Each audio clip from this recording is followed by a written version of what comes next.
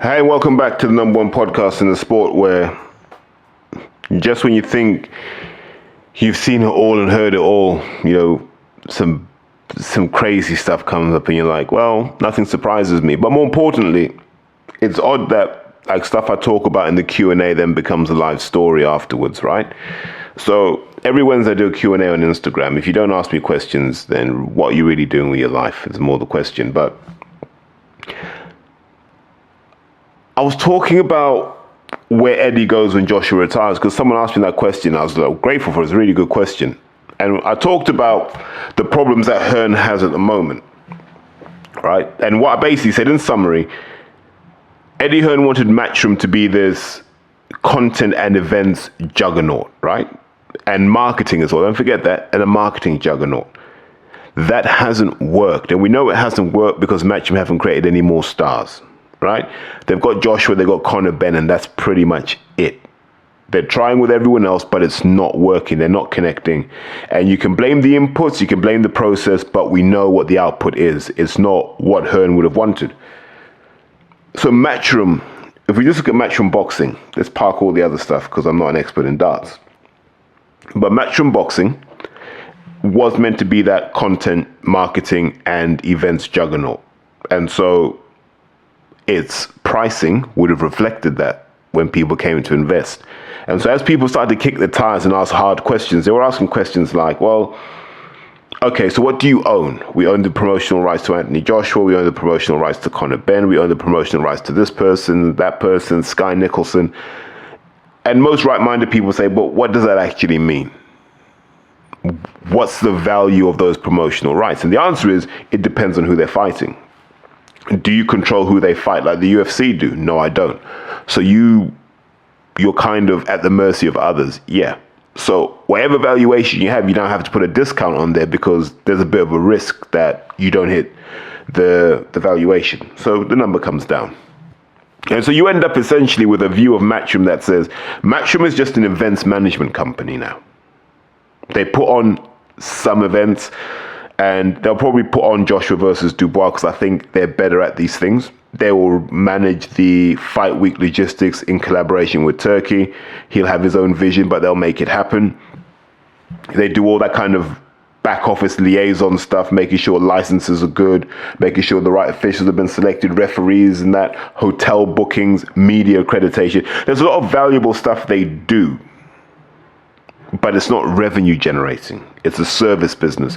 So the valuation comes down when you realize it's an events company because there's not a lot of fixed assets. There's not a lot of goodwill because the goodwill's tied up in, Eddie Hearn and the Matchroom name. But when Eddie goes, does Matchroom go with it? There are all these elements that affected it. So it's a different multiple that you look at. So multiple is just how many times revenue am I going to value your company? If Hearn's making, let's say Hearn makes 100 million in revenue a year, some companies will take that and multiply it by 40, and that's a 4 billion company. You're not doing that for an events company. You might be lucky if you get a 6-to-1 valuation or a 4-to-1 valuation on an events company because of the competition and the risk and so forth. Even 3 in many cases. But that's still a fat stack of cash, by the way, and still an incredible performance by Hearn. But what it means is, if you have a fixed, how do you put it? If you have a fixed multiple, the only way you can grow your valuation is to increase your revenue. And I think that's what we've seen with what Eddie's been doing. So Eddie's been making his money a number of different ways, and we're going to delve into one in a sec. So one of them is just being a mouth for hire, right? So he'll say to Canelo, look, I can get you so much more traction in English-speaking countries, but I just want a little cut of whatever you guys are making. And he'll get his cut. And then he might say to Canelo, well, maybe you want us to organize the event as well. Now we're going to get a bigger cut of your money, but that's revenue that comes in. The other thing that will also feed into that is he'll start to take money from his boxers, because a lot of the big events that Matchroom do now aren't on Eddie's ticket, right? They're Riyadh season contests now. And so that's all on Turkey's ticket. So Hearn doesn't get the ticket sales, the concession sales. He doesn't get that broadcaster money he used to get. He's literally just getting his cut off the top. So I imagine he'll be getting a cut for being Eddie Hearn. He'll be getting a cut from his fighters, and he'll be getting a cut from promoting the event. But it's all revenue as opposed to anything you could class as an asset. So why is this important? It's important because we're now hearing out of the Joe Cordina camp that not only has he left Tony Sims for any number of reasons, but we assume that once Dr. Uz left the Sims gym, and you know what happened after that, it just wasn't the right place to develop, let's put it that way. But that's probably not the biggest story. The bigger story is the dispute between Cordina and Hearn. Now, no one knows how serious this is at the moment. No one knows the fallout of this, but there's an allegation. And that allegation is when Joe Cordina was offered the Shakur Stevenson fight, the Cordina budget was 1.2 mil. So we will pay Joe Cordina 1.2 million to box on this show. That's thinking. Joe Cordina was offered 650,000. Right? Joe Cordina was offered 650,000 of the 1.2 million. So you can guess where the other 500K went. Now you think that was bad enough, wouldn't you? You're like, damn, they're gonna do him like that? Yo, you're paying that matchroom tax? So not only does he pay the matchroom tax of just under 50%, he then has to pay Tony Sims 35% as trainer, and I don't even know if it's manager, but it's 35%, and I assume that includes training, management, gym fees, all of that. Then on top of that, you got to pay another Eddie Hearn tax, because Eddie then takes 15% of your purse, which he's just butchered for his own ends. These are allegations, by the way, so whether these are factual, only Joe can come out and say, and I doubt anyone's going to ask Eddie to answer questions around this, although I think he should. So of a 1.2 million pound budget for Joe Cordina, Joe's going to see about 325 grand. Just over 25% of the total budget goes to Joe Cordina, of which he'll have to pay taxes and probably have to pay advisors. He'll have to pay all sorts of stuff, right? Physios and stuff. There's loads of people that need to be paid off that. And by the time Joe gets home, like, if he's done well at this, he might end up with like a 140K of that 1.2 million. It goes all the way down to just over 10%. And now look at the list of people who get rich off all of that. The Sims family, the Hearn family, physios and other trainers and so on and so forth. Now, I could accept if Hearn said, I'm taking some of this money out the purse because it covers expenses like hotels, right? If it was stuff like, yeah, hotels for Joe and his team, and, you know, this will cover the flights, and if the costs he's taking out of that are budgeted in terms of, look, there are costs involved in Joe Cordina fighting that Matchroom will cover, but we take it out of that fight budget, fair enough. If he's then saying, after that, I might take a cut for being a pimp, essentially that's what Hearn is now, right? He just pimps his fighters out to either DAZN or Turkey. It's fair enough. Like, any business model works in this game. I'm just uncomfortable with the idea that as boxing fans, we don't ever get to understand this part of it. This is a shady bit of boxing. This is the shady bit that Don King became famous for. Those hidden terms and conditions and contracts. And maybe this is where Joe messed up. Because people say, why would you blame Joe Cordina? I blame Joe Cordina the same way I blame every other boxer. Every other boxer has heard the stories. You've been in enough gyms, you've seen enough interviews, you know the stories, right? And you still don't read your contracts. You still don't read your agreements. you still don't take time to understand the relationship you are in with your promoter and with your trainer / manager. And I've just done a show with Porky about this topic. It's a bit more like targeted, but I've always offered a service to boxers. Like, listen, if you don't understand your paperwork, show me. I'll walk you through it so you understand your paperwork. I even do that for free. Maybe buy me some food or something, or beer, I don't know. But I don't charge you 200 quid like a lawyer would. And it's just a simple process. Explains to you how you get into a contract, how you're going to get paid out of this contract, how you can get out of that contract, right? And it just makes very clear what your obligations are, what their obligations are, and where are the bits that you probably need clarification on, right? Nothing too special, but boxers don't understand these things. Boxers also don't have these things under control, like making sure that money that comes out of their budget is controlled by them. So they should be able to see every line item that's been spent in camp, and they should have to approve it. These sorts of things I've been talking about for a long time, and boxers choose not to do them, right?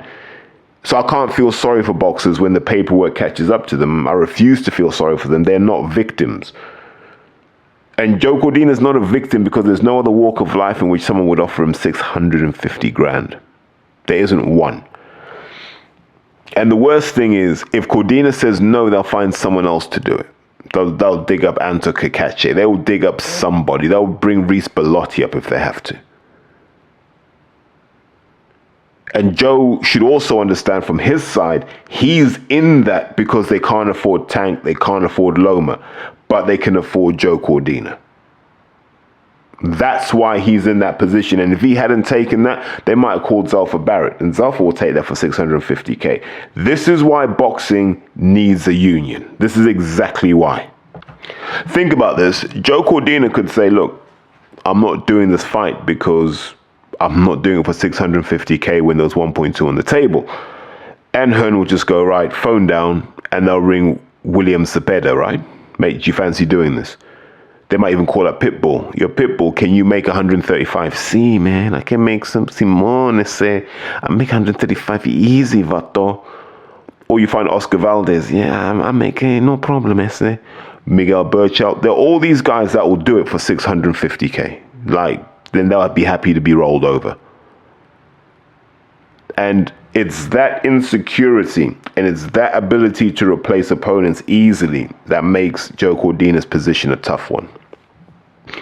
He may have some leverage in that he's obviously got a good relationship with Anthony Joshua. Him moving to the Ben Davidson Performance Center shows that they must get along. Yeah, but the rest of it is slightly worrying.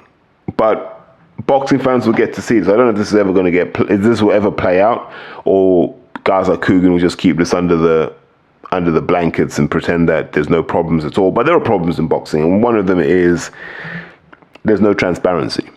And we should be campaigning for more transparency in boxing so everyone knows what happens.